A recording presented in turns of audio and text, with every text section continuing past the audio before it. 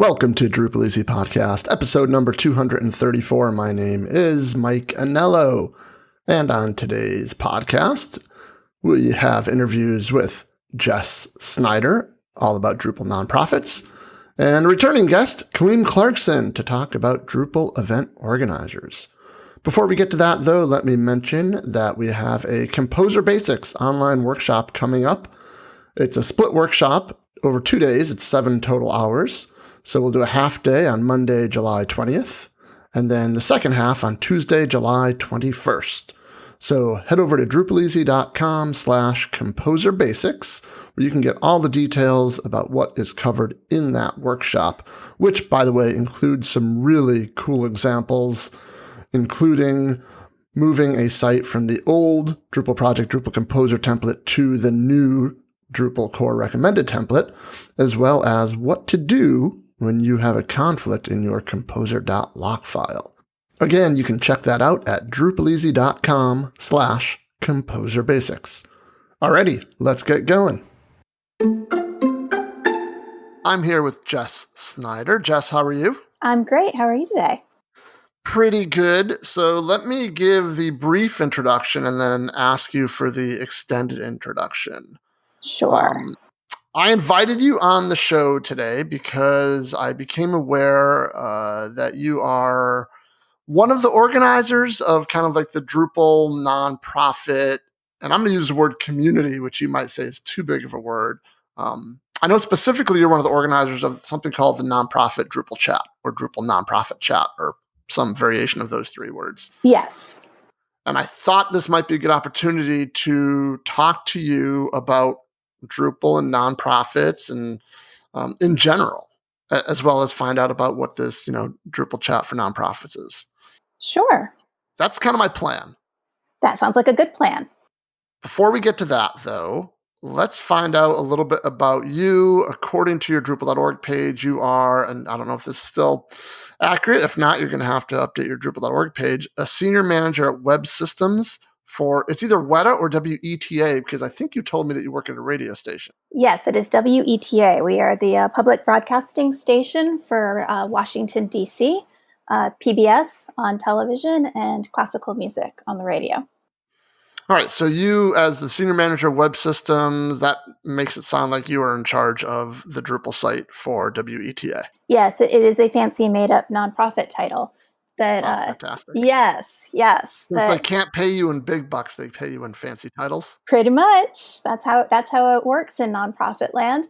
But yeah, I am responsible for our Drupal sites. I do all of the back-end work on them. I build them. I maintain them. I keep them up and running. I pretty much do everything but content. I can do content if I have to, but I don't like it. Right. How did you get there? What is your background in, CS or some other background? Like, what was your kind of Drupal journey like? So my background is in medieval British history. That is what my bachelor's degree is in. Of course. Yes, of course it is. The nonprofit tech community is full of what we like to call accidental techies, people who sort of fall into it because the nonprofit world is willing to let you learn as you go along. So WETA hired me a really long time ago with the understanding that I would learn HTML. And I did, and I liked it. So I moved around a little bit. I started doing Drupal for them in about 2007 with Drupal 5. We moved the WETA.org website from a homegrown CMS to Drupal. And then we moved that to Drupal 7 in 2013. And I am currently working on moving it to Drupal 8, probably going to be Drupal 9 before it gets launched. But that's where we are. So along the way, it sounds like you're basically, self-taught. Pretty much, yes. They sent me to a 2-day HTML class and a 2-day PHP class. And I've been taking trainings and such along the way and learning things. I've had a few really great mentors who have taught me all sorts of stuff, a whole lot of trial and error. But yeah, I've grown up in Drupal. So at what point did you realize that there's this whole other group, or maybe not other group, but this whole group of Drupal folks who also work with nonprofit sites? Oh goodness, Was that early on? Was that that was like that nonprofit? was pretty early on. So far back, I couldn't even really remember. I haven't been organizing it that long, but I've been involved in it pretty much from near the beginning, I would say. Yeah, I remember that, not from a nonprofit standpoint, but very early on when I started in Drupal, which is maybe only a year earlier than you or so, somewhere the same, Mm-hmm. for all intents and purposes, about the same time. Um, it was, and I had a couple of clients that were either library systems or organizations that help train librarians. And from one of the very first community things I realized about Drupal was there was a whole group about you know Drupal for libraries, or Yes. and then this whole group of librarians who talk about what modules to use with Drupal that are good for libraries and things like that. So it sounds like from the very very beginning you were at least involved in that somewhat for nonprofits. Yes, yes, definitely. Both the nonprofits group, and I've been fortunate that I'm based in the DC area here, and there's a very large and vibrant Drupal community locally here that I've been able to be involved with pretty much from the beginning. And you have a pretty good Drupal event every year as well. We do. Yeah. It's going to look a little different this year, but Yeah, that is as so always. GovCon. Yeah, GovCon is. Has it been announced that it's definitely virtual? Yes, I believe it's on the website. It's going to be virtual and it's going to be in September this year because it was originally supposed to be the week after what DrupalCon Global moved to, and that would have been silly. So, Yes, yes, yes. All right, so like just about every other Drupal event that I'm aware of in 2020, that one has gone virtual as yes, well. All right, so let's talk about Drupal and nonprofits for a few minutes. definitely. And let's kind of give like the very basics. Are there, like what are some of the unique needs for nonprofit Drupal sites that, focus on the word unique that maybe not all Drupal sites, utilize? That's actually a really hard question because nonprofits are not like this monolithic entity. Every nonprofit has a slightly different focus and slightly different needs, and they run the gamut from, they've got one or two permanent staff people to being, international, multinational organizations with, staffs of thousands. So, it's really hard to say. I would say that one of the things that makes nonprofits different is that we do tend to manage our sites in house with in house staff. And so it's important, we don't have the funds necessarily to just sort of be able to hand it off to an agency to support. You know, I know at WETA, we're working with an agency to help us with our initial build of this Drupal 8 site, and we hope to have an ongoing relationship with them going forwards. But for the most part, once this thing is built and launched, it's going to fall on me to maintain it. So as a nonprofit person, I need to be fully aware of how my site works from top to bottom, and be able to have a full understanding of it and be able to work in it and manipulate it and potentially change it as it grows and changes. And my organization's needs grow and change over the life cycle of the site. So I would say that is one thing that is perhaps unique to nonprofits.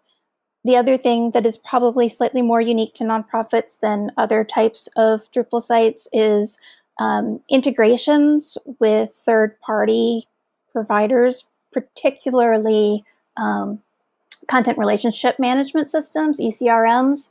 Your database of donors. The website is a prime mechanism for developing that list. Even if you're not running your donations specifically through the Drupal site, and we use a third-party provider for the actual raising of the money. We do have numerous places on the site where people fill out forms and they give us their email address, and we want that email address to go into our CRM so that we can then hit them up for money later.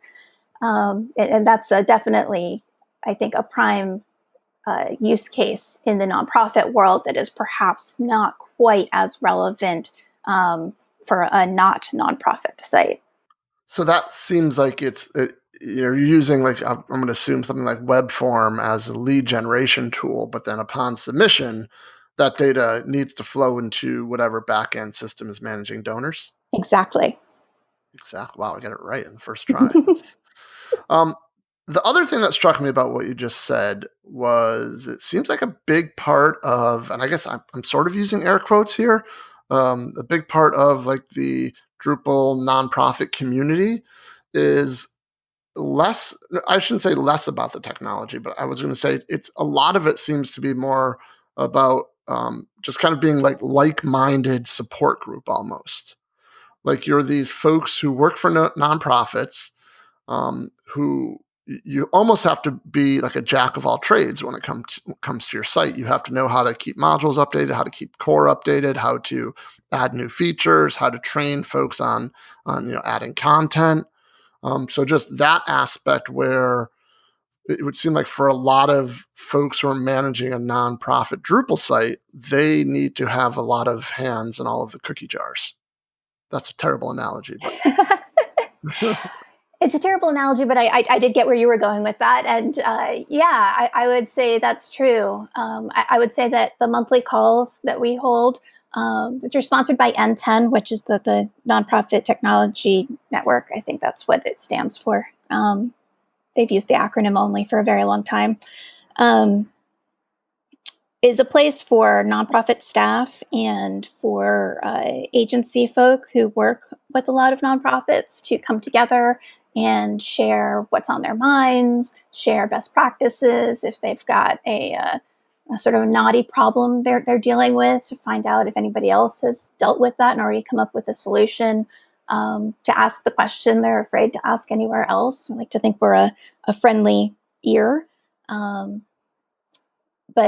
yeah, that's primarily what I think the community serves is a way of a sort of a virtual gathering place, because it can also be a bit lonely being a nonprofit staff person. Very often you're the only person in your organization who does what you do for assorted reasons. So is that monthly chat, is that kind of a standalone thing, or is there also like a Slack channel where nonprofit folks gather? So there are a few places where we gather. There's the monthly chat. We have a channel on Drupal Slack, hashtag nonprofits. And then we also have an old school mailing list that is run through n10.org. You can find it at nten.org/Drupal. Wow, old school mailing list. That is. It's technically an online forum at this point. It's gone through a couple of iterations, but it mainly functions as a mailing list. Yeah. All right. That's fine. That's fine. And then I think we talked or not didn't talk, but we exchanged some emails where I incorrectly assumed you were part of like one of the organizers of the DrupalCon the DrupalCon nonprofit summits that are held regularly. But that's not actually the case. But I'm going to assume it's the folks who are on the monthly chats or in the Slack channel are generally the same group of folks that come to the DrupalCon summits. Yes. So the summit, and you are not alone. Everybody always thinks I help organize the summit, and I don't. And I want to make sure that I give the people who do credit. It is organized by one of my fellow co-moderators of that N10 Drupal community, Johanna Bates of Dev Collaborative.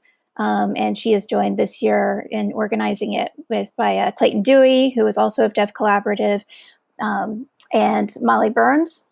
And the three of them are doing all of the work necessary to put on what looks to be a really great event this year. Well, you're doing some marketing. Virtual. I am doing some marketing. I am a nonprofit summit organizer adjacent. There you go. And figure as long as I'm here, I might as well talk about it a little bit, because I'm an attendee and I'm very much looking forward to it. So is it just a bit so how is there structure normally? Is there like breakout groups, or how is it organized? So normally it's a full day. with the panels and breakouts and plenty of time for networking and all of that sort of stuff.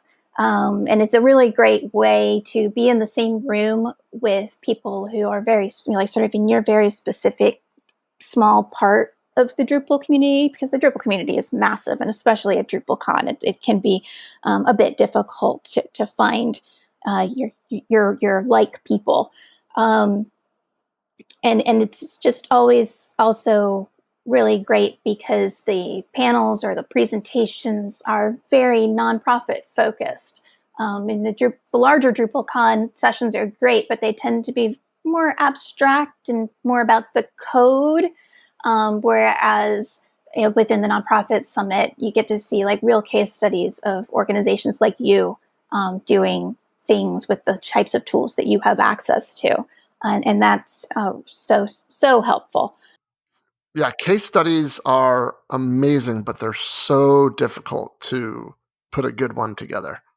Exactly. And I think because if you're trying to make a case study fit all of Drupal, that's very, very difficult. But if you're talking a case study about nonprofits and your audience is nonprofits, it's much easier to put that together.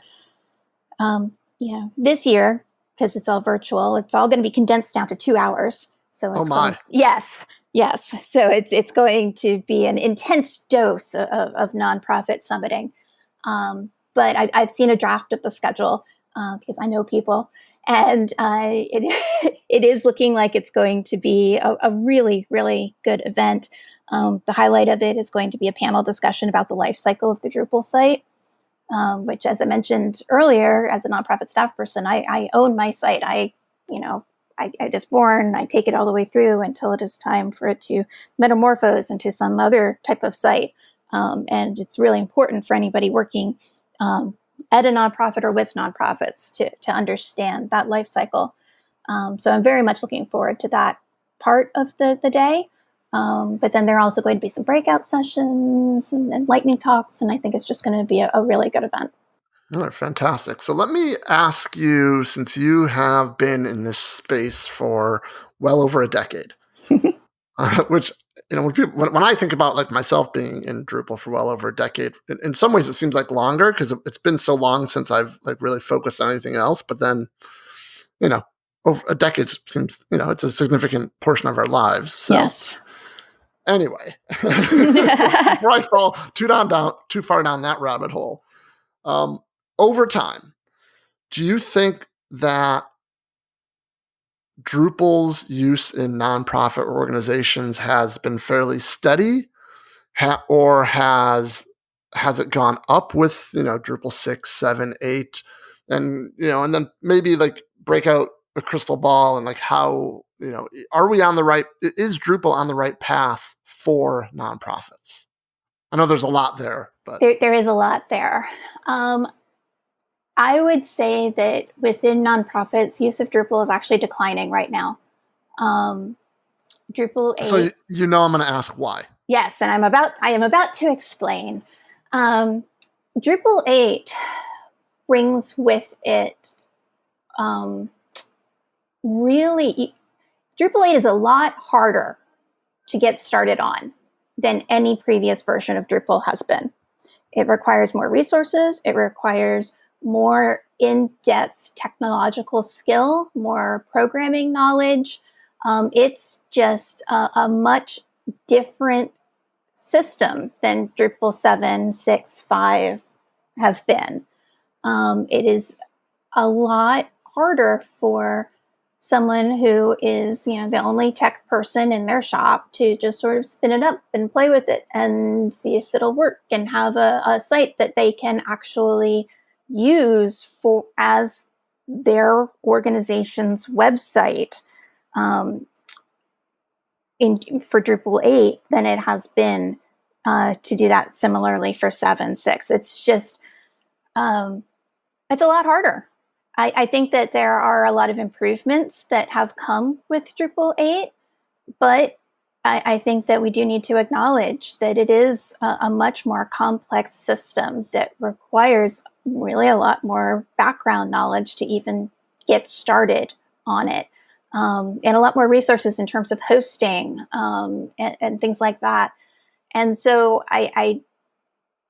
it hasn't done a good job. Drupal as an organization has not done a good job of making that learning curve less steep and making it more accessible for nonprofits, particularly smaller ones, who have just as complex needs as the big guys, but don't necessarily have the manpower or the resources to invest in the ramp up required to have a truly good functioning Drupal 8 site.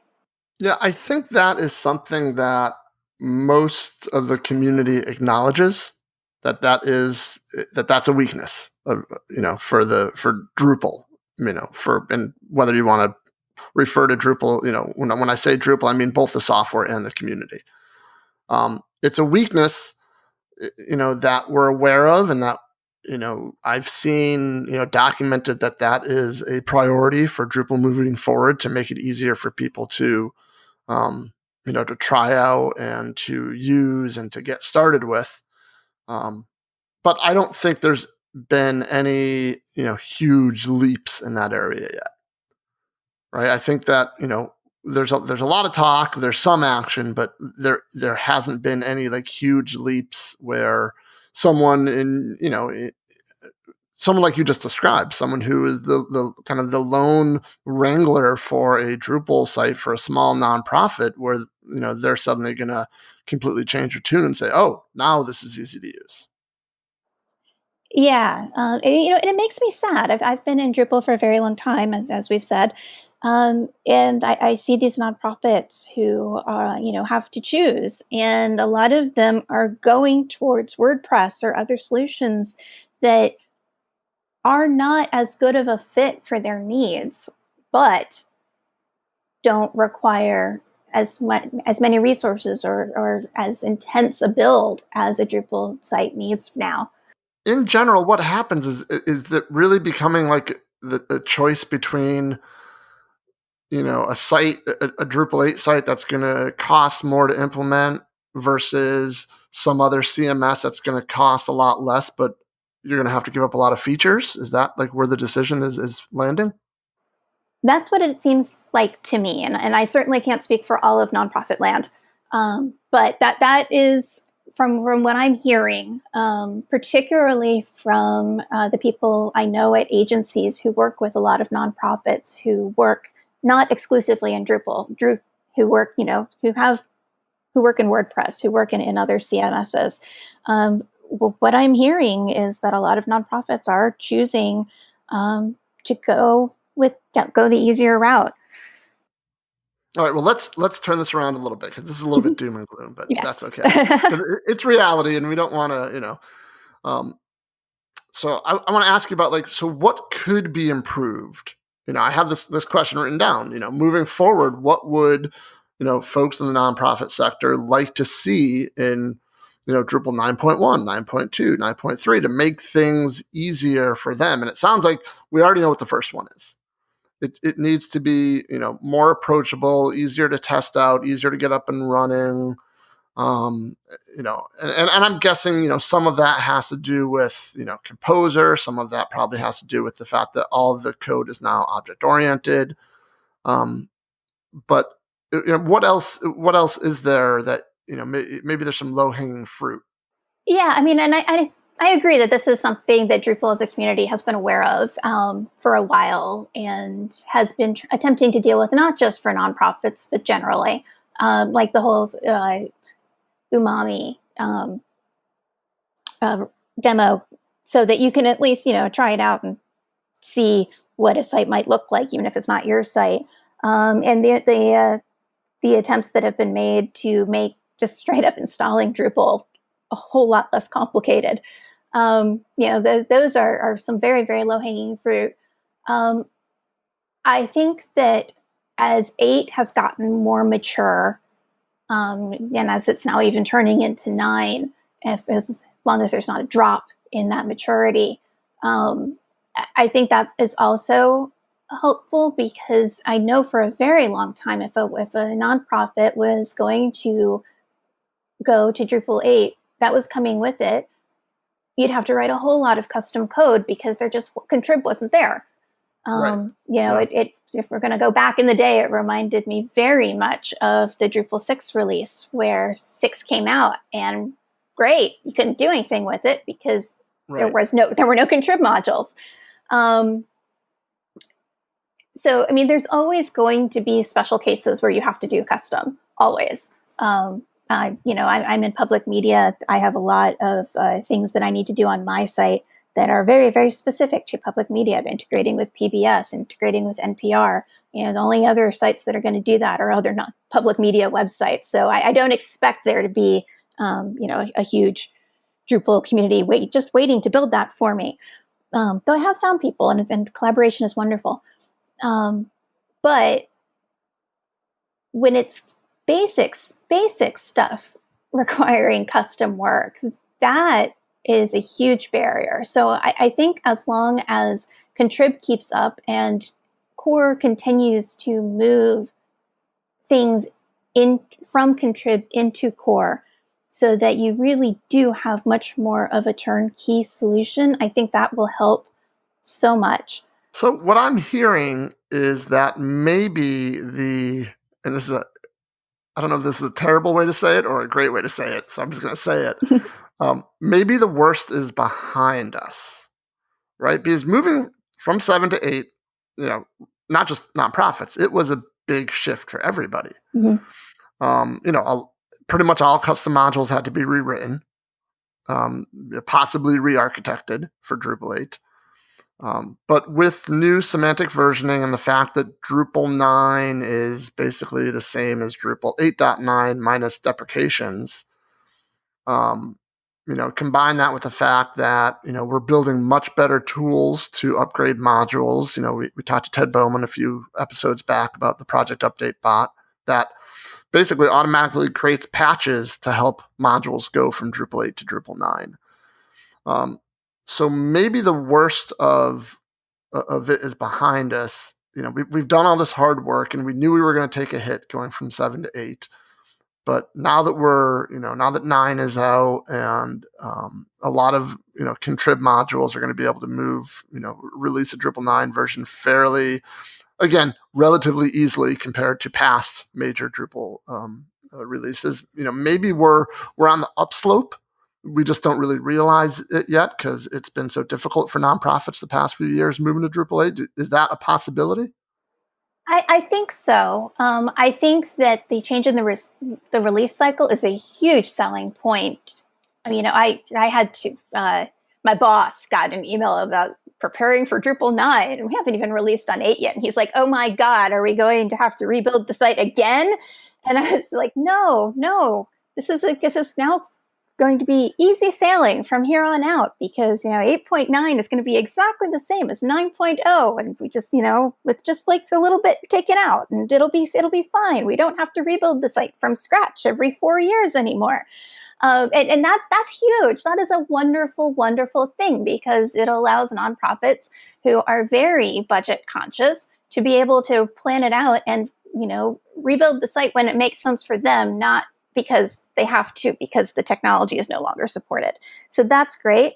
I think that the other thing that is very much, it's good. I think that all of these changes are very much in Drupal's favor. I think that Drupal as a community has a lot of work to do in terms of marketing and letting people know that it's changed because I don't think that word is necessarily getting out.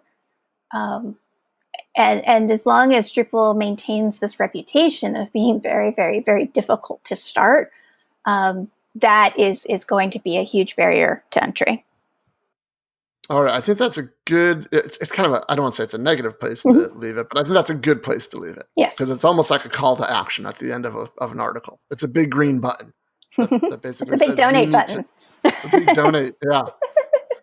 All right. Well, very good, Jess. Thank you so much for your time. I really appreciate it. I'm going to guess, and correct me if I'm wrong, if there are folks listening to this who are involved with nonprofits who have not been involved in the Drupal nonprofit community, Well, let me just ask you, what's the best first step?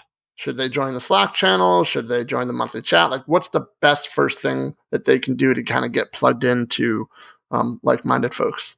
So probably the best first thing to do would be to go to nten.org/Drupal and sign up for ye old school mailing list there. Wow, you went right to the mailing list. I am That's going awesome. right to the mailing list. But the reason why I'm doing that is because that is where we announce the monthly call every month. And so that's an easy way of getting notified when it's happening. It's the third Thursday of the month at 1 p.m. Eastern, 10 a.m. Pacific, whatever that works out to in your time zone. And the call-in details for that can always be found at n10.org/Drupal/notes, which is our collaborative note-taking document where we record what we've talked about every month. And if you're curious, you can page back. And I think it goes back to something ridiculous like 2012 or 2013. So you can go back in time. But those are the two places that I would say to go first. We do have the #nonprofits channel on Drupal Slack. Is there a dash in that? Nope, it's all one word. And we do have a community page on Drupal.org at Drupal.org/community/nonprofits. I want to say that's what it is. I'll check and I'll put the right one in the notes. Yes, that would be helpful. Thank you. We announced the call there as well.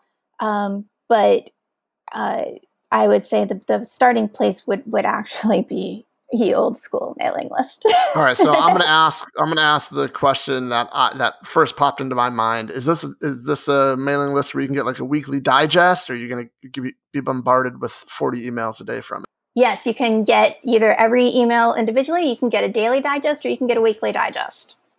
It's not crazy active. Well, it sounds like it's good for announcements. It is very good for announcements. And it's also good if you have a question that is a little bit too complicated to put in a Slack message. It's very, you can put it there and you'll reach all of the people in the community and somebody will write back. Might be me. All right. Very good. Well, Jess, thanks again for your time. Hopefully we will run into each other in a future, physical location yes, at some point. Probably 2021 or later. I can't imagine living in Washington, D.C. right now is a whole lot of fun. So, stay strong. Are you actually in the district or are you outside? I am outside. I'm just across the river in Virginia. So yeah, I have a lot of friends in that area. I spent a lot of time when I went to college down south, and I was from the Northeast, and I would drive back and forth, and I'd always stop halfway at my friends in DC, and so I spent a lot of time in DC, and I absolutely love it. It's a great, other than like being in the car, like if Oh yeah, driving in DC. Oh my God, I don't know how anybody like lives there and commutes by car and stays sane. It's been great lately because everybody's at home. Do you have to go into work? No. We have been at home since mid-March. Is the Beltway traveling at full speed? Pretty much, yeah. Oh my gosh, that's amazing. All right, I can ask it. We can have a whole living in DC conversation, but let's end this here. So thank you, Jess, very much for your time. Thank you.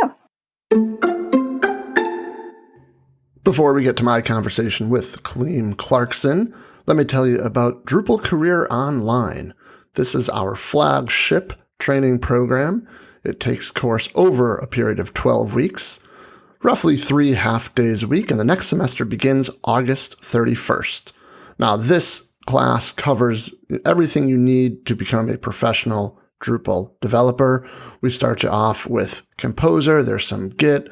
There's a lot of information architecture, site building, a week on module development, a week on theme development. Everything you need to build a strong foundation for building Drupal 8 and 9 sites. If you want to learn more about it, we have a free information webinar. We do that 3 times over roughly the next month on July 22nd, August 12th, and August 26th. So you can sign up for any of those for free. Just head over to DrupalEasy.com/DCO for Drupal Career Online. Kaleem Clarkson, welcome back to the DrupalEasy podcast. How are you? I'm doing well. I'm doing well. Thank you so much for having me. Yeah, it's been almost a year and a half since you were on talking about the same topic, talking about the Drupal Event Organizers Group. So figured it was a good opportunity to see what you've been up to. Yeah, man, just surfing, really, surfing the waves. Just trying to just trying to ride it out. Are things so well organized that you don't have to do anything anymore? It's just kind of it goes on its own. Is that what I'm hearing? I wish I have actually. There's the group of people that we've put together are, a lot of people would probably recognize their names. So it's definitely kind of, I don't want to say intimidating, but it's definitely a well organized group of people. Let's put it that way. Everybody runs camps, so everybody meets deadlines. So it's been kind of it's been great actually working with these groups of people. So yeah, so it's been about what, a year and a half. Yeah, about a year and a half. So let's start off with just a little reminder for folks as to what the Drupal Event Organizers Group does. Okay, we are a group of international organizers that basically provide resources to other event organizers. Plain and simple, about a year and a half ago, I had this wild idea that maybe we should all get together occasionally and try to figure out, come to figure out how we could help each other. Really, I've been assisting and running Drupal Camp Atlanta now for a while, and a lot of people are doing some great things. So that's kind of where the call to action came from. So on the official page on Drupal.org, when we'll have the link in the show notes for the event organizers group, the goals that are listed are resources and tools to help plan an event. And from what I've gathered, and I've kind of been, flittering around the edges of this group, but it sounds like in the past year, the group has managed to put together some document resources as far as like best practices and things like that. And it sounds like there's now starting to be some momentum towards some technical resources as well. Can you tell us anything about that? Yeah, I guess first let me say that the big accomplishment since the year and a half has really been us organizing, and I would have to say that has been probably 90% of what's been accomplished over the past year and a half. And what I mean by organizing is, originally we just started hopping on Zooms, just as organizers, just to hop on Zooms. I mean, there was no official thing, but one of the things that I've been very passionate about is like, hey, us as event organizers, we're very responsible for a lot of, contributors' first time experiences, and maybe we should be a working group. So that was really a lot of the work. We all decided, we put together a board of directors, and then we wrote the charter. That took a lot of time. That took almost, 6 months probably. You've been involved with these working groups. It's a lot of work to put together the charter, and thank you for your charter, or not your charter, but the community working group. I believe you guys had a charter that we kind of used as an outline. Yeah, those charters. I mean, It's hard. it's hard, and it seems until you're in the thick of it, it doesn't like you don't really realize how important it is. Yeah, But it really, it's a document that is a public document that is the guiding principles for the group.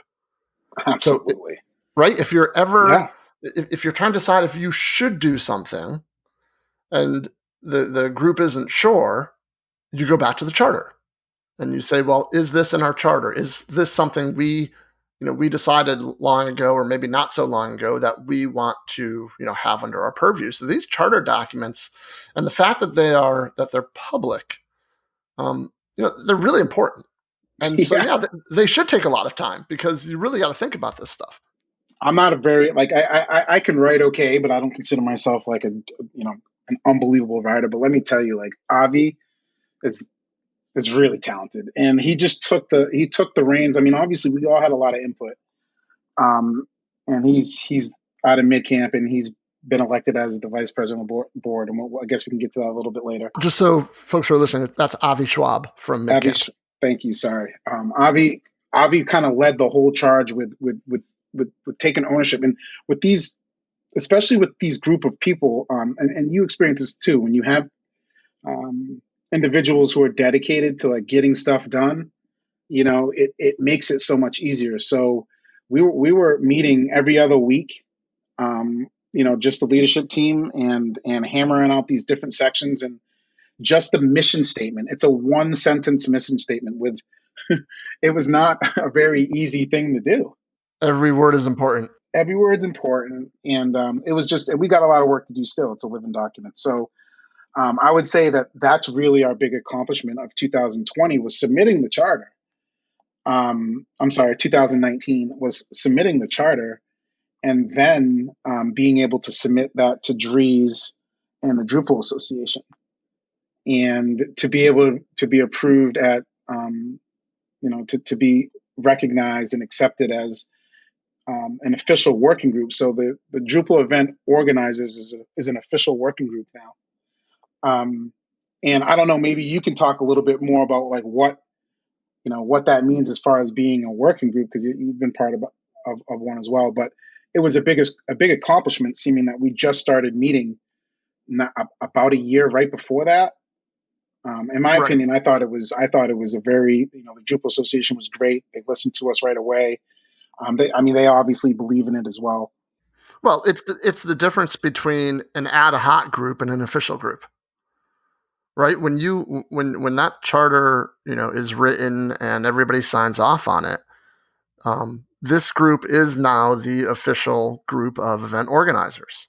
So as the DA or as other folks need information or have requests or are looking for resources about event organizing, this is where they go now. This is, it is official that this is now under, the group's purview. Yeah. So now that you're saying that, and I won't get emotional on this call, Michael. I'm not going to do that. I won't do that. Lucky for you, it's only audio. Yes, but yeah, now that you kind of say it, yeah, it was, and again, I say this out of respect of everyone that's on the group, seeing everyone's faces and names of people that, I've gone to sessions and watched present over years and who are organizers themselves. It's a group that as a beginner, like if you're thinking about creating an event right now and you're in whatever area of the world, you can join these calls with us, and you can now talk to any organizer who's been organizing, maybe some of the bad camp organizers who's been organizing that thing for 10 years, Florida camp, yourself. Instant resources just by, going online, going on to Slack, and then joining the meeting. And I just find that so powerful, Yeah, that was one of the primary goals that's actually listed is, to establish that community of organizers. Yeah. To facilitate that information sharing. So yeah, we became official working group with our board in last year at DrupalCon Amsterdam. It was announced, and since then, really what we've been trying to do was establish an official board. Like we had kind of like a charter board of people that kind of like that wrote the charter, but then we kind of wanted to have a true official board that started in January. And obviously with changes in how the world has changed since then, it was really hard to get like people, all of us together from around the world. And that was the other thing. We really wanted to have a lot more representation from around the world. We don't want to be North American heavy on this organizers group. It's really critical that we have people from different parts of the world. So that was a really tough thing, was to be able to find some of those people. So we made some decisions where we decided to expand the number of board members, and we extended a call. And actually, I think the call ended last Monday. And there's a good amount of international people who are interested.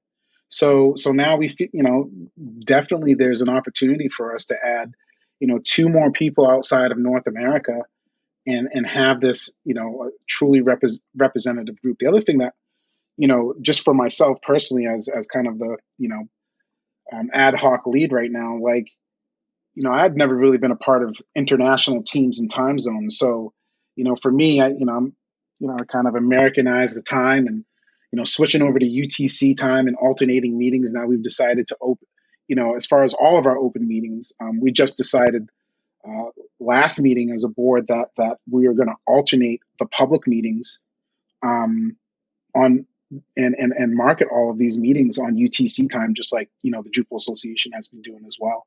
So our next meeting we'll do at 11 at 12 p.m. UTC and then at 12 a.m. UTC, just so that there's opportunities for people to join on opposite ends of the time zones. It's nice to rotate the time just so it's not always in the middle of the night, but just by the fact that you are surfacing the time in UTC, you're signaling to the community that we're not trying to make this US centric.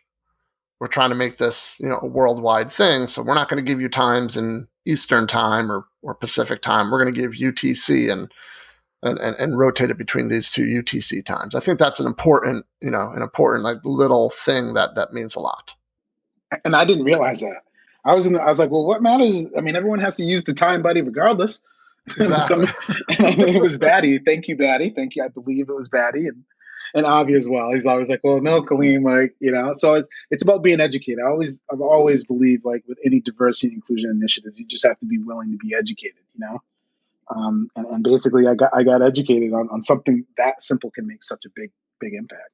So let's talk about, you mentioned the board, and that's going to be kind of like the leadership of the group, but there's also an advisory board. So what role will the advisory board play?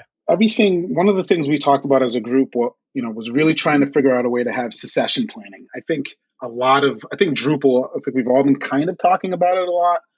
And hopefully it becomes more in the front of, adding new members to the Drupal community, but like who are going to be the next people that kind of take the reins, and advisory committees are great places to begin those relationships, because, it's hard for someone to just jump in who hasn't been to any meetings, has really no context of what the event, I'm not saying that's not possible, but we kind of feel like there are times where people are really interested, but maybe they can't commit to all of the meetings, that we're probably going to implement a requirement to be on the board. I don't believe it's there yet, but I believe we're talking, going to implement that. But the advisory board, we're really looking for people who are willing to commit, but like maybe they can't attend all of the meetings, but they would, attend some of these meetings and provide us with some advice, like especially, maybe some of the event planners from over at Drupal Europe, how they did that years ago. So we just want as many opportunities for people to be involved. So we feel like the advisory board is perfect for this. You see the advisory board as kind of an on-ramp to the board. Yeah, I would see it as an on-ramp to the board. But in addition to that, like some people may just not want to be board members just because they're never going to have that time. Like you're a very busy person yourself. You're on another working group. But I'm not saying you specifically, but that's just an example. There are a lot of people who are very busy, who can't commit, who could give us a lot of great advice. Right. Right. And maybe those are people who manage other events outside of Drupal that happen to be in the Drupal community.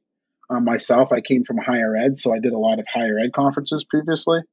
So, there are people out there that we could definitely, learn from. And that's what I would say that's where they are. All right, let's move away from the organizational side of this, and let's talk about kind of the boots on the ground stuff. So I'm aware of a couple of things that the group has done to help event organizers. So I want to see if, I'm probably missing some stuff.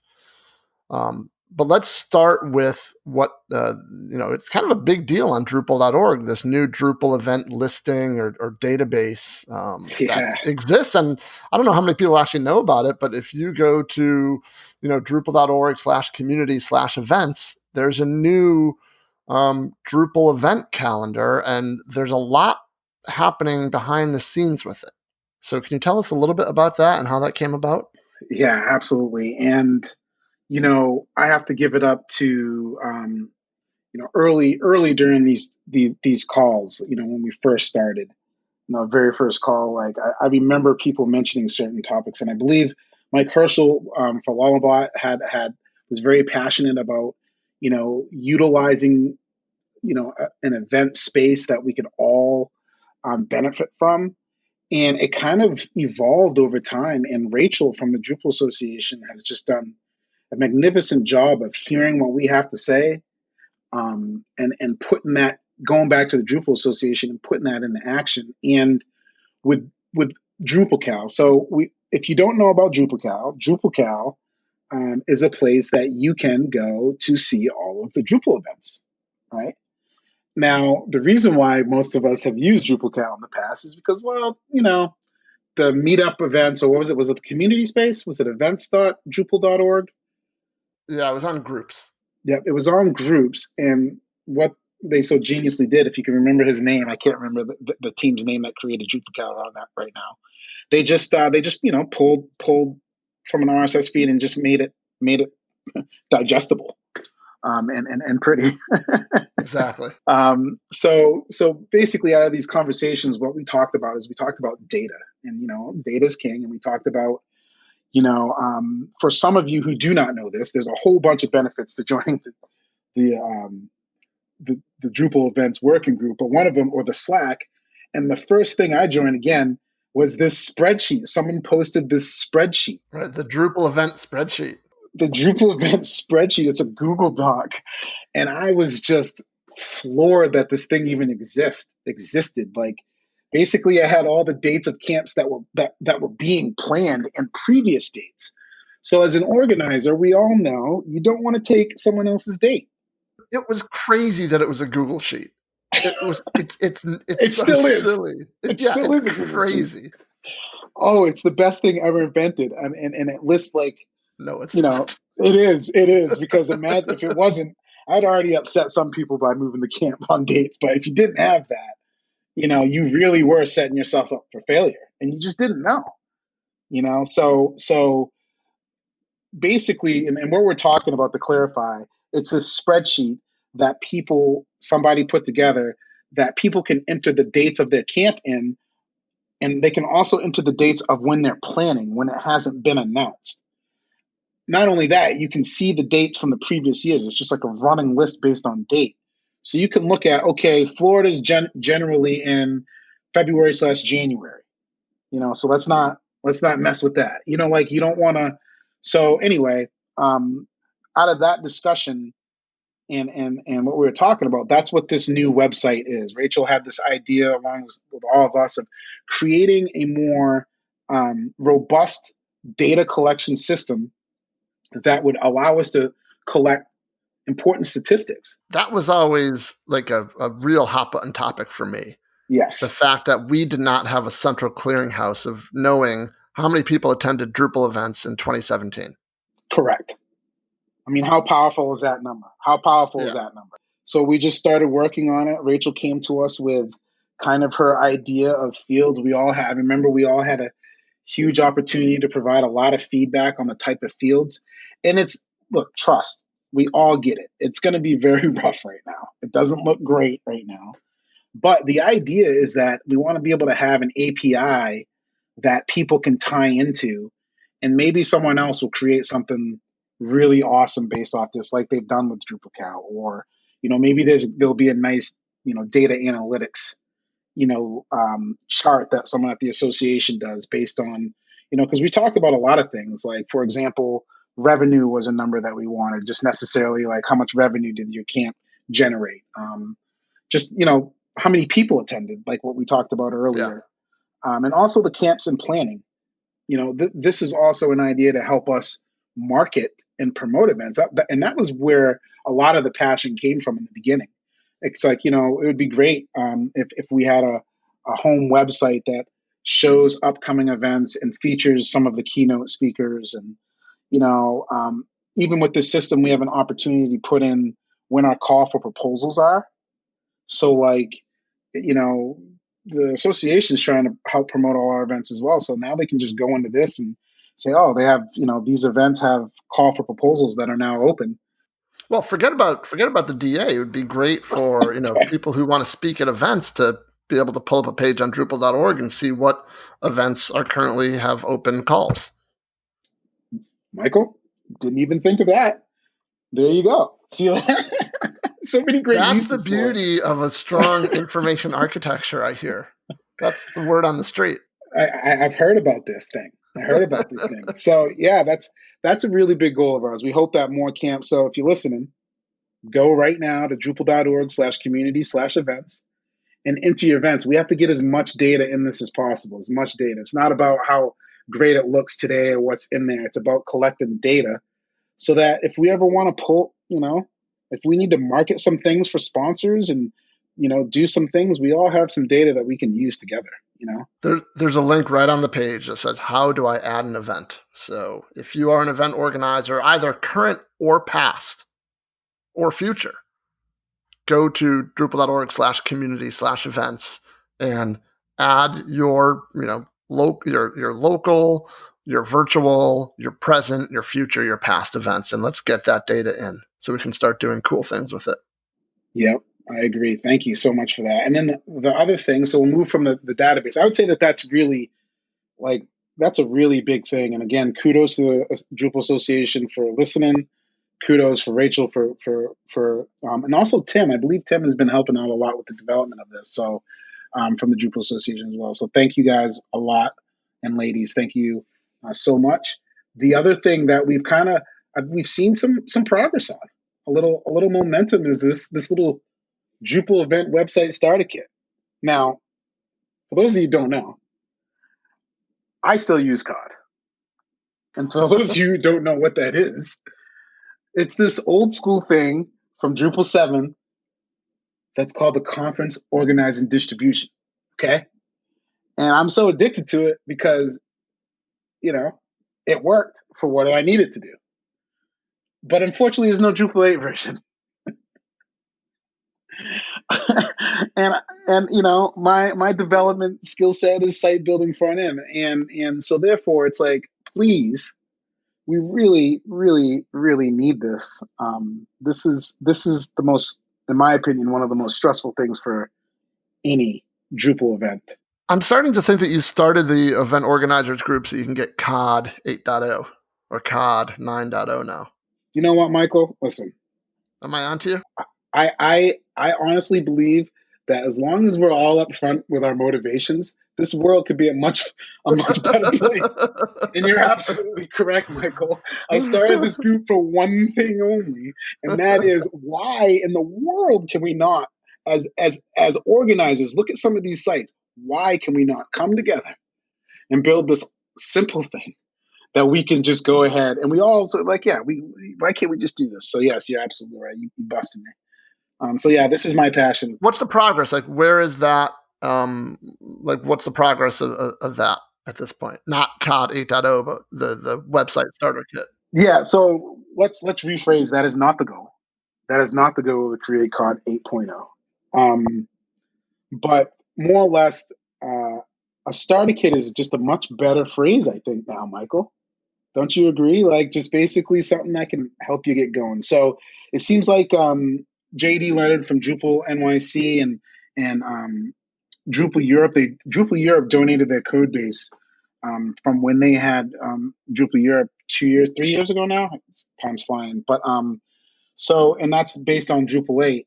So what JD decided to do was like, okay, well, let's look at this code and start updating it. So, there's a Drupal 8 version of an organizer website for events out there. And, this is something for me, as soon as we kind of get through as far as the board, and get that situated. That's where I would like to devote my personal time is making sure we can get all of us together and figure out a way to build something that's Lego pieces that help organizers. So is that like a Drupal.org project at this point? Or is that kind of just someone's side project that they're working on their own? I don't believe it is not a Drupal.org project yet. It is not. It is on GitHub. I believe he has it the link is posted in the events website starter kit room in the organizer Slack. But again, that's something that like it's going to take some leadership to get around and a team to get together. Like, what do you call it? How many different basic modules? I mean, we've talked about this before, Mike. Creating the MVP list of things and then putting it out there, and maybe even paying a company to actually work on it if that's possible. Yeah, that was kind of always my thinking when I was involved in the calls last year. Was we are one of the few, if not the only, working group, this Drupal Event Organizer working group with some type of access to financial resources. That's correct. As one of the organizers of Florida Drupal Camp, or I should say one of the past organizers of Florida Drupal Camp. I have to keep reminding myself of that. Oh, someday, Michael. Can't wait to someday. Be like you. Yeah, living the dream. But I was always more than willing to, if there was an effort to pay someone to build out, maybe it's like the scheduling aspect of a website. If other camps wanted to go in on that, I would be the first one to, be talking to the other Florida Drupal Camp organizers saying we should do this. We should give money and make this happen. And no one has every time we've mentioned this, not one organizer has really hesitated, or not necessarily hesitated, but balked at that idea of, yeah, this is a need. Like what you're talking about is a need, and I'm, it's just going to take resources and time. And I just think right now we're not quite where we're at, but we're almost there. Yeah, I think it's going to just take a flag bearer. Someone's going to have to, step up and say, this is now my mission. And, do some PMing on it, do some marketing on it, do some fundraising on it. I think if once, one or two people kind of take the lead and start, putting some time towards it, I think we'll all be surprised at how quickly it happens.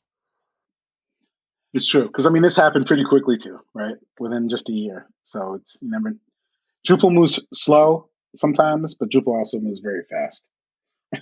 Well, I think that's all on my list that I wanted to cover. Did we miss anything? No. We will be solidifying our board. We have a board meeting on July 14th. DrupalCon week. Very brave of you. Yeah, select our final board members because the nomination period's over. And we'll be doing, I'm not sure how quickly this will be posted, but we'll also be doing a lot of talks during DrupalCon. So just, look out for a blog post coming out about all of the different, talks that we're involved in at DrupalCon. All right. So if you are an event organizer of any kind in the Drupal community and you're not involved in this event organizers group, definitely go to drupal.org/community/ /event-organizers. So /community/event-organizers. There's all kinds of information there about the Zoom calls, about the dedicated Slack instance. There's an email newsletter. There's an issue queue. But if you're not involved with it, then you're missing out. And it's more than just you're missing out on another volunteer opportunity, which, event organizers usually are already volunteering a lot, but it's an opportunity to, hopefully be able to streamline your process to make it easier for yourself and other event organizers. So definitely check that out. Kaleem, I have my main question for you, and really the reason I had you on the podcast is how on earth are you going to do karaoke during DrupalCon Global? Geez, I don't know. I don't know how that's. Do you have like a green screen set up in your room? Like, I mean, I do have a green screen, but there's something about the camera and the people. I mean, if JD Flynn figures it out, I'm pretty sure he's thinking about it. Because he's usually the Drupal. I think he's got the Drupal karaoke handle Twitter. I'll participate. I mean, I don't see why not. What is currently your go-to karaoke song? Oh, yeah. I mean, you have to have a list. Yeah, if you have to have a go-to, like short notice, Kaleem, get up there. What are you gonna say? Geez. I mean, I think I'm still on Bon Jovi right now. How could you? I mean, it's just everyone loves it. It's hard not to do it. It's evergreen. It will never go out of style. No. Living on a Prayer or Bad Medicine? What are we doing? Yeah, Living on a Prayer is pretty good. Living on a Prayer is pretty good. What's the other big one he's got? Bad Medicine. There's usually two of them. Or the cowboy one. What's the cowboy one? I'm a cowboy. Yes, on a steel. What's that? Right? Oh, you're not gonna make me do it. You're not gonna make Wanted me do Dead or Alive. Is it Wanted Dead or Alive? Is that the name of it? Yeah. I got my karaoke list right here. Here we go. I got we have Living on a Prayer. We got Solid. Wanted Dead or Alive. Wanted Dead or Alive. That's it. All right. Man, guess what I'll be listening to tonight? What's that? Bon Jovi. I can't, how do I not? I'm into some Kings of Leon right now too, and Weezer's Say It Ain't So has been pretty fun. All right, fantastic. Well, Kaleem, always great catching up with you. I'm sure I will run into you in a hop-in room next week? Yeah. Holy cow! Yes, check out the Drupal initiatives keynote session. I'll be one of the people talking about all the cool initiatives, so don't forget about it. And do you want to perhaps mention maybe on the off chance Drupal Camp Atlanta? Oh, Drupal Camp Atlanta. Call for proposals are open. Get them in. We're donating to 3 different causes. We're excited to go virtual. We've done it before. One of the OGs of it. We used to run this thing called Minicamp Online. So it's something we've done before. So come on, sign up. And when is Drupal Camp Atlanta? Oh, you caught me on that one. You caught me. Is it September 10th and 11th? Is that when it is? Yes, it is, sir. Thank you. September 10th and 11th, 2020. So yes. All right, fantastic. So what is that? That's it's July. So 2 months. You better get on the ball. You better get that thing organized, my friend. Yeah. All right. Well, we're booked for 21 too, so we're psyched.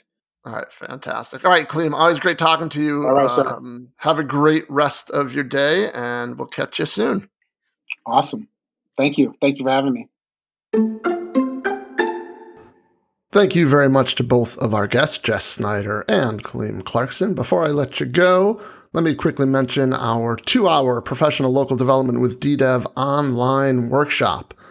Now, this is where you can learn the fundamentals of DDev to get you up and running on this modern Docker-based local stack development environment.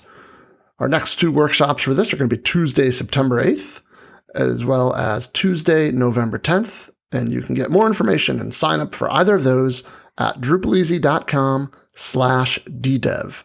That's DrupalEasy.com/DDev. Thanks for tuning in, and we'll see you on the next Drupal Easy podcast.